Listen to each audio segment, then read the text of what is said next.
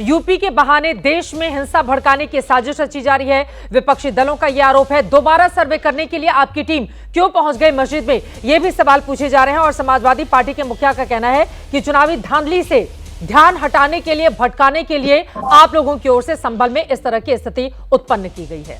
क्या है जवाब इस पर?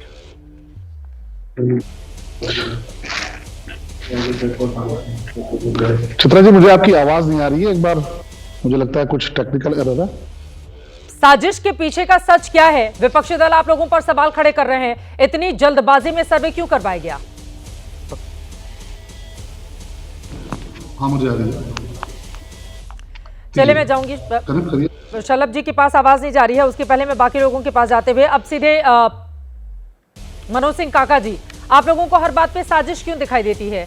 अगर कोर्ट के आदेश के बाद सर्वे करने के लिए टीम वहां पर गई थी, इतनी बड़ी तादाद में पत्थर कहां से इकट्ठे कर लिए जाते हैं? क्या ये चीजें आप लोगों को नहीं दिखाई देती? हमेशा सरकार और प्रशासन की नीयत पर भी, पुलिस वाले भी कई जख्मी हुए हैं, घायल हुए हैं, अपने जीवन के लिए संघर्ष कर रहे हैं, उन्हीं पुलिस वालों पर आप लोग सवाल खड़े कर दे रहे हैं।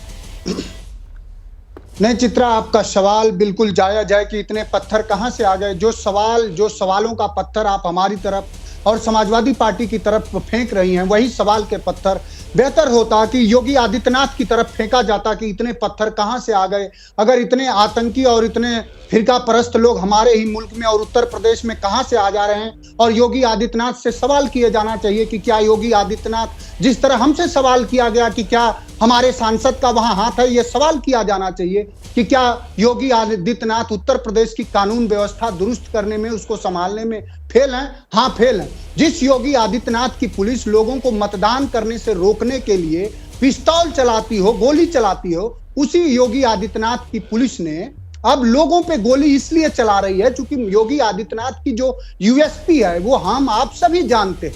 जब जो सरकार इतना जल्दी में सर्वे करा रही, जिस सरकार में अपराधियों को पकड़ने में कई महीनों लग जाते हैं, जिस सरकार में एक बीएचयू के बेटी के साथ बर्बरता हुई और उस बेटी ने कोर्ट में कहा कि अभी तक पुलिस ने अपनी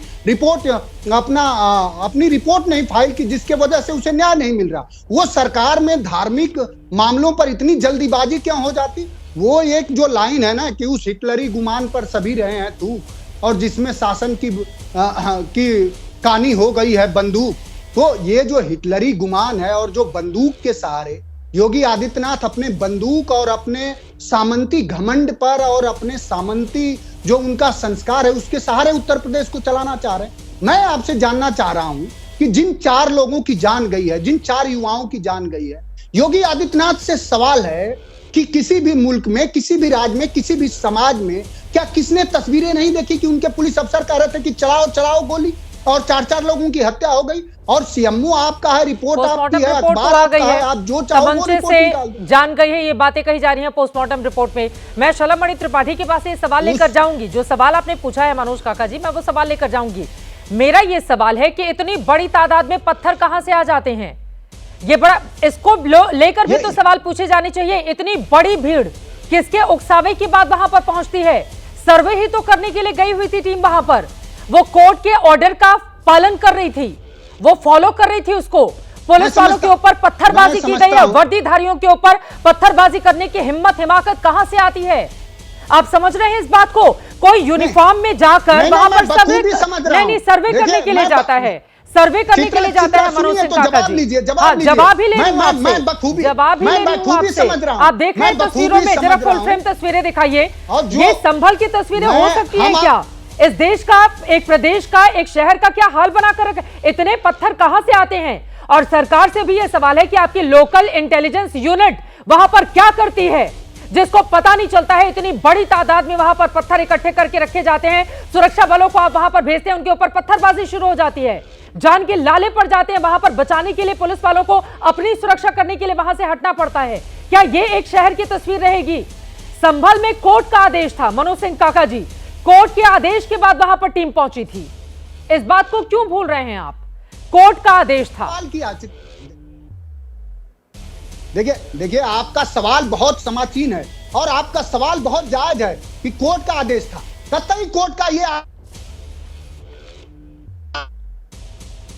उसी पुलिस अफसर, मैं समझता हूं कि सारे बयानों को जो आपको समग्रता के आधार पर पढ़ना चाहिए, उसी पुलिस अफसर ने एक बयान दिया है और वहां के कमिश्नर ने बयान दिया है कि नहीं, शुरू में किसी तरह की कोई अव्यवस्था नहीं फैली। तो जब एक बार सर्वे हो गया, दूसरी बार जब आप किसी के धार्मिक स्थल में ये जाएंगे, वहां धार्मिक उन्माद फैलाने की पूरी सरकार की साजिश थी। मैं तो आरोप लगा रहा हूं कि वहां पत्थर और जो कुछ भी आया वो सरकार फेल थी, सरकार की कानून व्यवस्था फेल थी, और सरकार चाहती है कि इस तरह की हो। जो तस्वीरें आप दिखा रही हैं, हाँ। मैं समझता हूं कि सिर्फ उसमें पत्थर ही नहीं दिख रहा, उस तस्वीरों में पुलिस गोली चलाते हुए भी दिख रही है। उन पर भी सवाल खड़े करा जाए। और क्या सरकार इतनी फेल है कि उसके जहां वो सर्वे करने जाती है, उस जगह का, उस स्थिति का और उस जगह के कानून व्यवस्था का सर्वे नहीं कर पाती है? तहसीन पूनावाला जी भी हमारे साथ जुड़ चुके हैं। शलमणि त्रिपाठी जी, आप तक आवाज नहीं जा रही थी, अगर आपने उनका सवाल सुना हो।